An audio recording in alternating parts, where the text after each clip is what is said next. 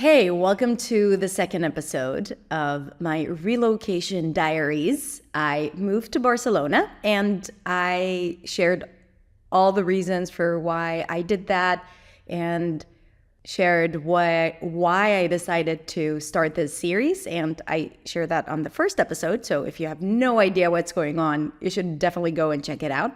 I also want to say that I have been receiving incredible messages from so many people on YouTube, on the website, on Instagram, email, just saying that my story really touched them, especially from all of you who have immigrated or relocated in the past or thinking about it. So a lot of the things that I shared resonated with you. And I just want to say thank you so much. I wasn't able to respond to everyone, but I have read all the messages. So keep them coming. And also thank you for sharing your thoughts with me. That means the world to me. That's really the reason for why I'm doing this. So just wanted to start with that. What I want to talk about today is how I'm working on building my confidence here.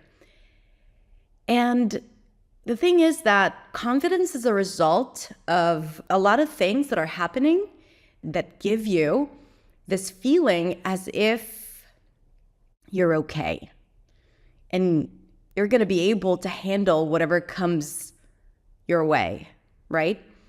And I think the biggest challenge with moving to a new country or starting a new job, starting a new school, is that you don't know what's going to happen. You don't know what it's like. You have to adapt. You have to adjust. You have to learn the surroundings. And that could be really, really scary to leave your comfort zone where you feel confident to a degree and to put yourself in a situation that is completely new. The stakes are high in many cases, and you don't know yourself in that situation. And that can create a lot of fear and frustration. And of course, it completely shatters your confidence. And looking at my journey since the moment I got here, I noticed something that I do. And I wanted to share that with you in the aim or the goal of building more confidence here, because I definitely don't feel as confident as I was back home. Like, I have a good sense of self. I know who I am. So I'm not worried about that. But it's just like moving around this space, this new space that I'm in, makes me feel anxious at times. And I try to understand why that is and what I could be doing to resolve that. And I realized that what I'm doing was I'm building small pieces of confidence day by day by day. Because I don't think that I could immediately snap my fingers and be like, okay, now I'm confident, I'm good, I can do this. But it's kind of like you take areas when you move to a new country, or you start something brand new, you can't become confident all at once. So you're taking small areas in that thing that you're trying to understand, learn, adapt to, and you're building your confidence in those small areas or situations. And I'm going to give you examples. But before that, I want to talk, as I was preparing to talk about this today, I was trying to think, okay, but confidence to do what? Why do I feel confident? Or why do I need to feel confident? What am I not feeling, right? What am I afraid of? And I think that the reason why I don't feel confident is because I'm afraid of not fitting in. I'm afraid of doing something wrong, like not understanding my surroundings, doing something wrong.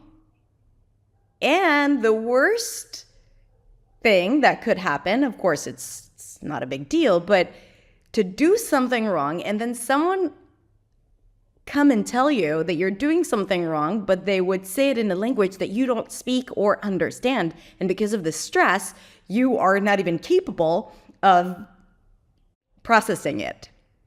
And that is my fear. I'm afraid of being singled out and someone telling me something, and I wouldn't understand what they're trying to tell me and what I did wrong and how to fix it. I think this is like the biggest thing that I'm afraid of. Now it's silly because what could possibly go wrong so badly that I couldn't understand or fix myself? But still, being a guest in someone's house, which is how I feel right now, you want to be okay.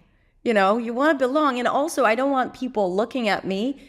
I know it's silly, but that's like a limiting belief that I have. I don't want people looking at me saying, oh, she's such a tourist. She's a foreigner. She doesn't know what's going on here. That's not how we behave. Now, I know it's silly, and I teach my students to learn about those limiting beliefs and understand how they're stopping them from getting the results that they want in their lives. I know that, but it's still there because we're humans. And I recognize it, and I recognize it in many different situations here that I've come across, but I also recognize how I manage it.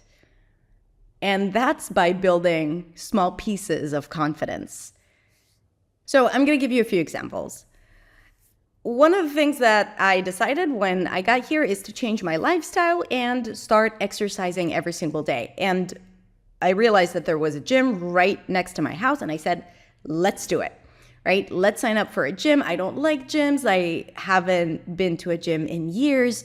But I said, let's do things differently. Let's do something that you haven't done yet. What if it works out for you?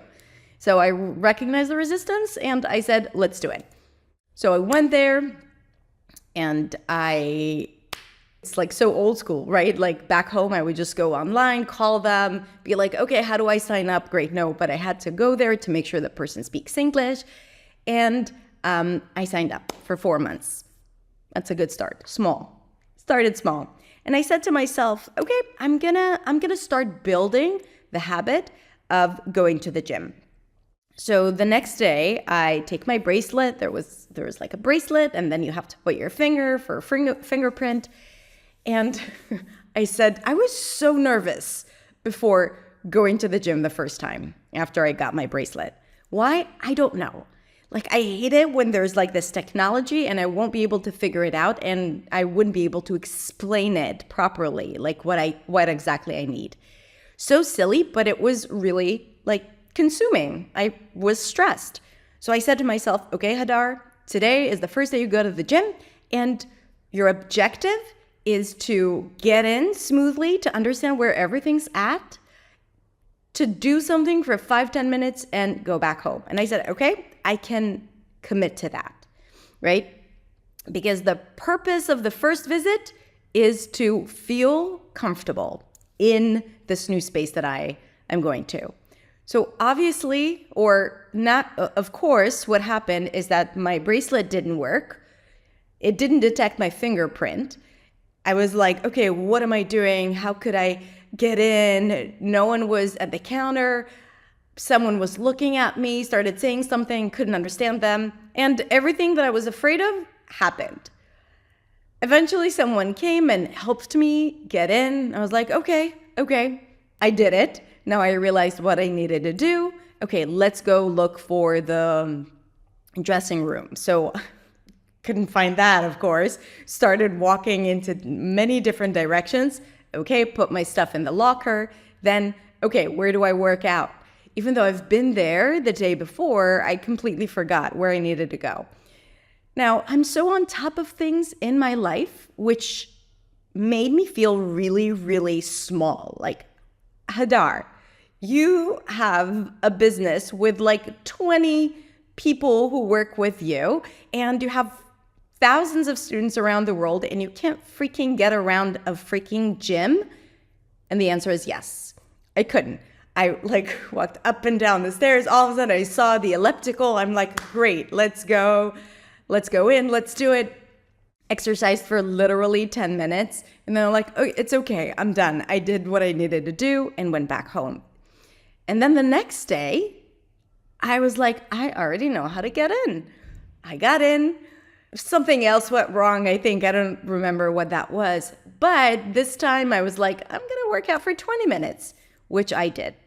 And the thing that I kept thinking about is that it's not about getting fit. It's not about working out in a way that would, that I would feel like, ooh, I worked out. No, like my objective is to build the habit of going to the gym every morning and also feeling like I belong here, right? And it took me quite a few days to feel that. Like I always felt like I'm going in the wrong direction or getting into the wrong door. And I was like waiting for someone to say something to me, which is so incredibly silly.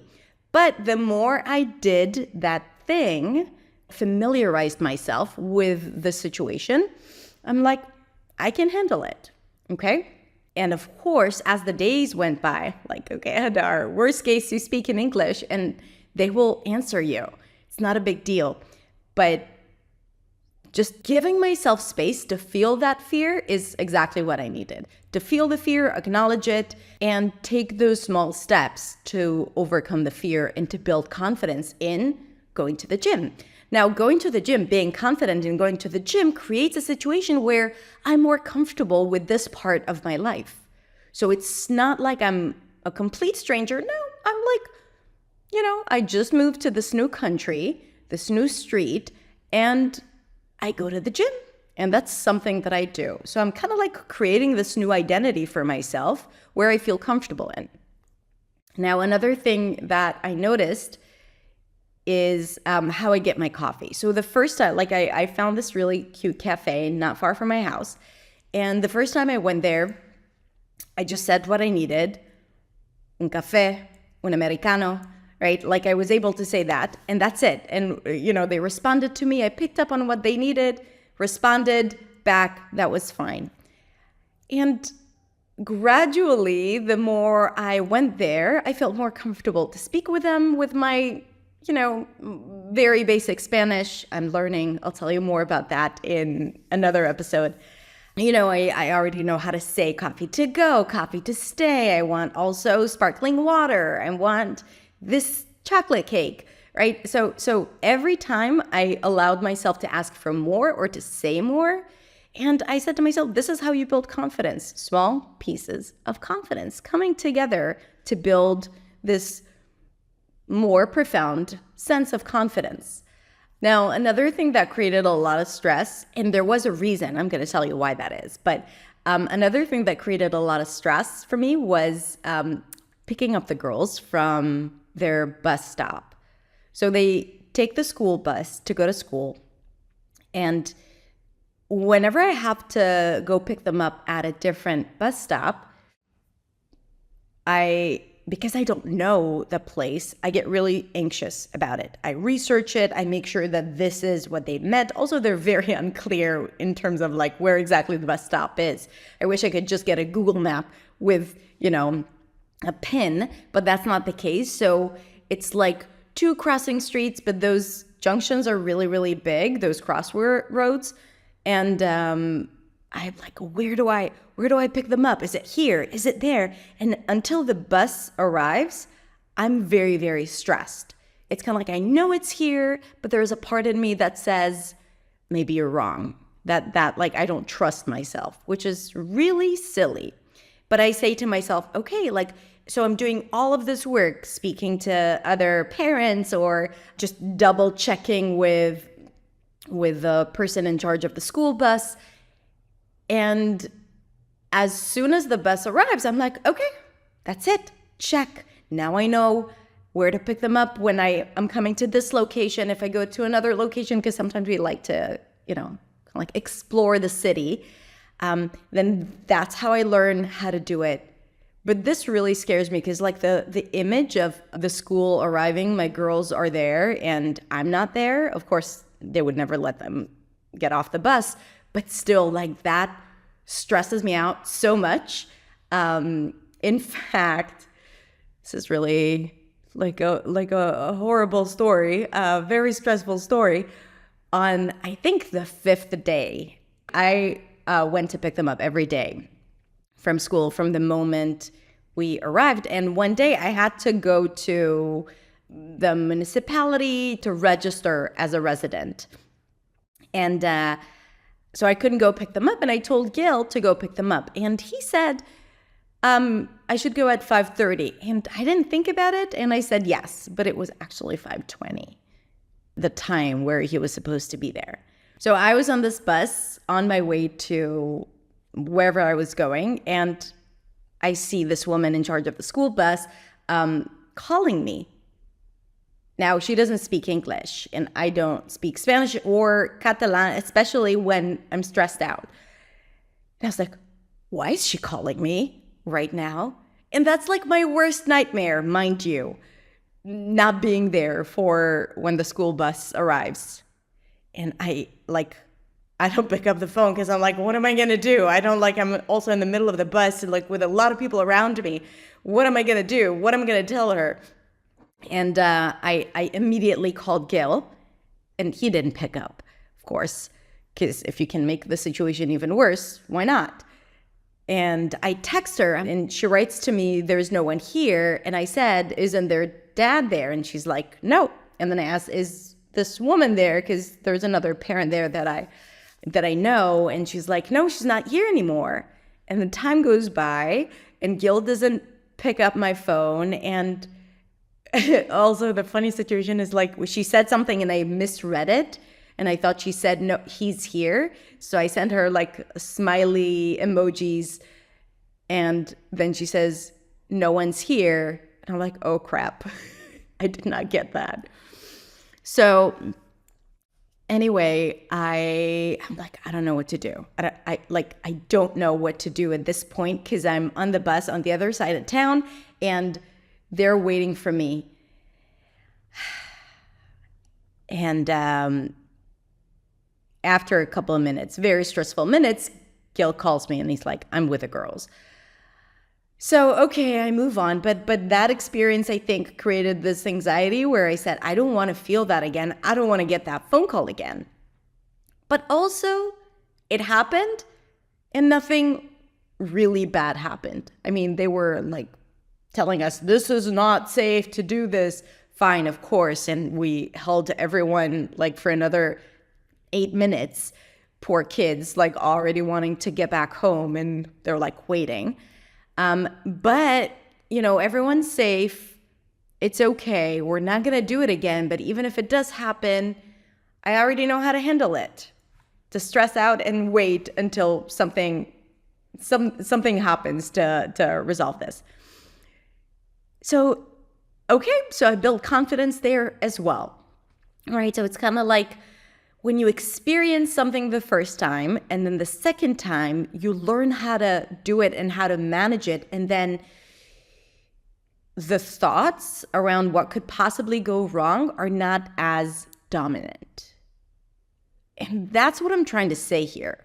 That when you're doing something new and you say to yourself, I don't have the confidence to do it, you got to build your confidence little by little by doing those small things and sometimes doing them wrong, but doing them.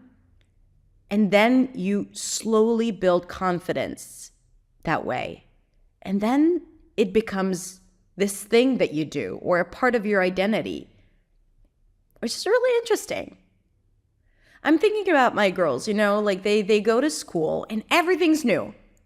2 new languages to learn, Spanish and English, because they understand English, but they don't love speaking English. This is also a big part of the reason for why we moved, because I'm like, they don't want to learn with me, and I want them to, to enjoy speaking in another language.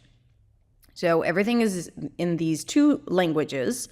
They have new friends, new subjects to learn.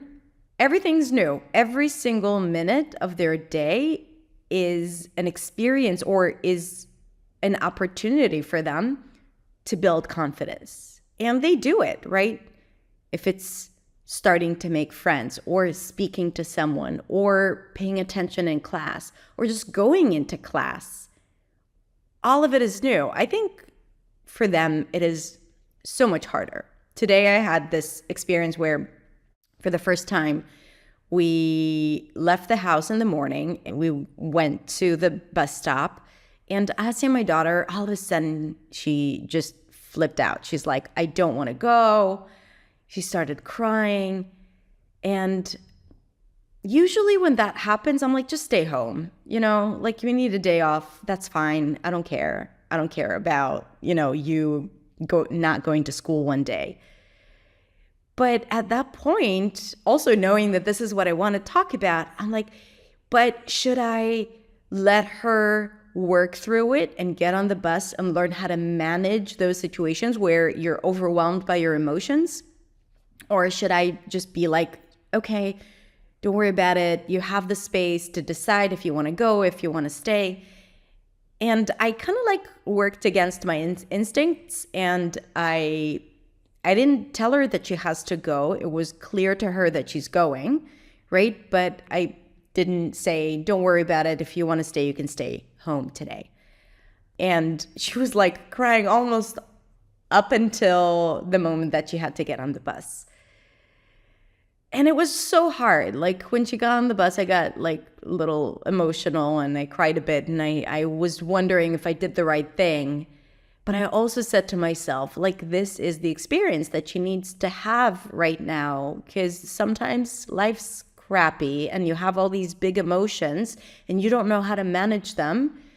But there is like the outside world that you have to adapt to. And that's a skill we need to develop. And sometimes there is space to say, no, I want to stay home. I don't want to do this. And sometimes you have to. We do it all the time as adults. And I also think that being able to overcome it is what builds your confidence as well. It's another small piece of confidence that you're building. Like, it was hard for me. I got on the bus. I regulated my emotions.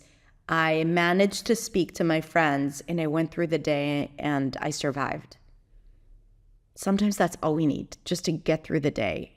And it's not like we have wasted the day.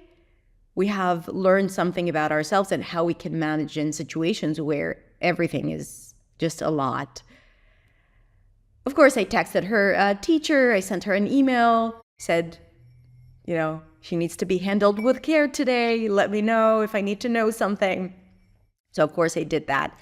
But I'll let you know next week how that went. Anyway, we're going out of town today. I'm recording this today, and today is the day that it's going to be published, because, in fact, I recorded a different episode yesterday for today, but then I decided that I wasn't happy with it, so I recorded this one. I'm going to share it another day, because today that's what I wanted to talk about. So yeah, I think that's it. Like, I think that the main message here is to share with you how I'm building my confidence here in this new place. And it's just like really step by step, but also recognizing what are the thoughts that are limiting me. Like, what are the thoughts that create stress? I acknowledge them. I try to change them, but I also take very consistent action, and I make sure that I'm not operating from fear, but I'm operating from where I actually want to be, which is feeling like I belong. And I want to feel confident in this place, even without the language.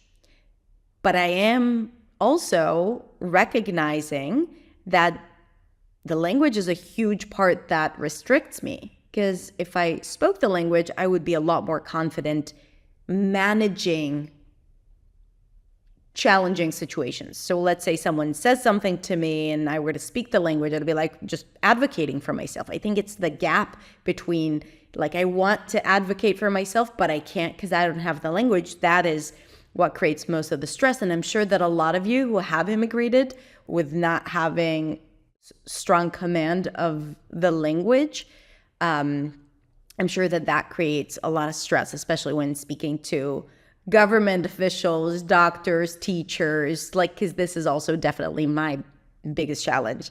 When I went that day to get the permit, the padrón, I came across this woman and she was not happy with my documents. Like, something was missing and I couldn't tell what that was. I had a friend coming to help me, but she started checking my documents and she made this face. If you're watching this on video, you can see the face, but she kind of like raised her eyebrows and she opened her eyes and I was like, what did I do wrong? Like, what did I not bring? What did I, because every minute I'm like, she's going to tell me, no, you can't live here in Barcelona, which of course is silly. But anyway, I was missing my daughter's birth certificate. I didn't know I had to bring it, but that's what I was missing. But yeah, like when you are dependent on someone to give you something or to do something that you need and you can't advocate for yourself, you can't convince them, you can't argue for something, you can't explain, you sometimes can't even understand what you need to do. It's a lot. It's a lot, but we can do it. We can do it by learning the language, by doing it again and again and again, and by believing that even if it doesn't work out, the worst outcome is not that horrible, and we'll be able to manage emotionally and technically even the worst thing that might come out of such situations. So that's what I'm working on. And next week, I'm going to start studying Spanish. So far, I just did it on my own, but I also gave myself time to settle in. Like we came to an apartment with no furniture. And there were a lot of things that we had to take care of in terms of bureaucracy and permits and stuff like that. I'll talk more about that in the future. But that's it. So have a happy weekend, you guys, or week, whenever you're listening to this. And thank you for listening. Thank you for being here. And I'll see you on Tuesday for the weekly lesson, or next week on Friday for the Relocation Diaries. Thank you guys. Bye.